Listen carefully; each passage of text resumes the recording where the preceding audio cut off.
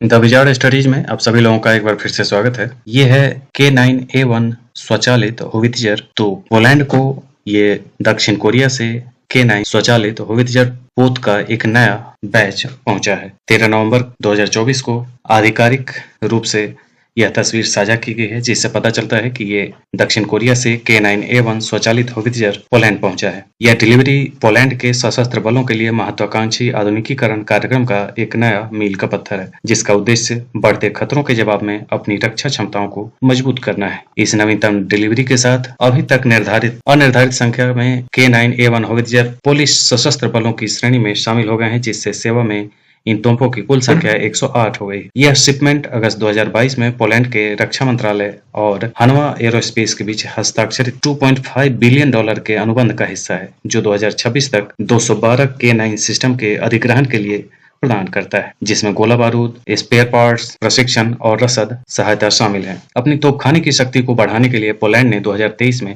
152 अतिरिक्त इकाइयों के लिए $2.6 बिलियन अमेरिकी डॉलर का दूसरा अनुबंध किया, जिसमें 146 K9 PL होवित्जर शामिल हैं, जिन्हें विशेष रूप से पोलिश आवश्यकताओं को पूरा करने के लिए अनुकूलित किया गया है। पोलैंड की विशिष्ट आवश्यकताओं को पूरा करने के लिए K9 PL संस्करण WV समूह द्वारा विकसित फोनेट संचार प्रणाली और टोपाज अग्नि नियंत्रण प्रणाली जैसे पोलिश निर्मित प्रणालियों से सुसज्जित है, जो अन्य राष्ट्रीय बलों के साथ इष्टतम एकीकरण की अनुमति प्रदान करता है। इस स्थानीय अनुकूलनों में बैलिस्टिक खतरों और छर्रों के खिलाफ बेहतर सुरक्षा के लिए प्रबलित कवच भी शामिल है।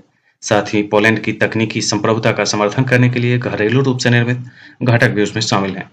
इसके अतिरिक्त K9 PL में एंटी टैंक मिसाइलों का मुकाबला करने के लिए एक सक्रिय रक्षा प्रणाली शामिल है। यह बेहतर लक्ष्यीकरण, सटीकता और अर्ध स्वचालित लोडिंग प्रणाली के लिए एक उन्नत जड़त्वीय नेविगेशन और अग्नि नियंत्रण प्रणालियों से भी लाभान्वित होता है, जो उच्च गति वाले संचालन के दौरान फायरिंग दरों को बढ़ाता है। पोलैंड द्वारा K9 स्वचालित होवित्जर का अधिग्रहण क्षेत्रीय तनाव और बढ़ते सुरक्षा जोखिमों, विशेष रूप से रूस से जो खतरा बढ़ा हुआ है, उसे संबोधित करने के लिए एक व्यापक रक्षा रणनीति को रेखांकित करता है। यह व्यापक रूप से पूर्वी सीमा वाले नाटो सदस्य के रूप में पोलैंड इस मोबाइल आर्टिलरी क्षमता को खतरों को रोकने और संघर्ष के मामले में तेजी से प्रतिक्रिया करने के लिए आवश्यक मानता है। तो ये था K9A1 स्वचालित होवित्जर। तो इसी ढंग के अन्य अपडेट के साथ हम फिर मिलेंगे। आज के लिए इतना ही। धन्यवाद।